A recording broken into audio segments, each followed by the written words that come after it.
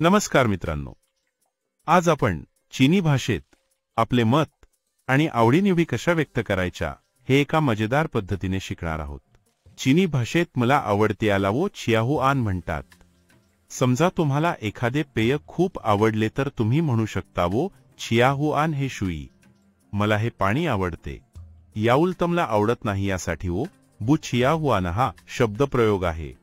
मला हे जेवण आवडत नाही हे सांगण्यासाठी वो बु चियाहुआन हे साई असे म्हणावे लागेल।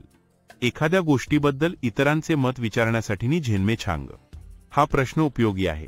चला विचारूया चित्रपटाबद्दल नि झेनमे छांग। तुझा चित्रपटाबद्दल काय विचार आहे? आपले मत स्पष्टपणे मांडण्यासाठी वो रेनवेई या वाक्यांशाचा वापर करतात। वो रेनवेई ही गोष्ट खूप चांगली आहे, मला वाटते ही गोष्ट खूप चांगली आहे। सर्वात जास्त आवडणारी गोष्ट सांगताना जुई छेन हा शब्द येतो।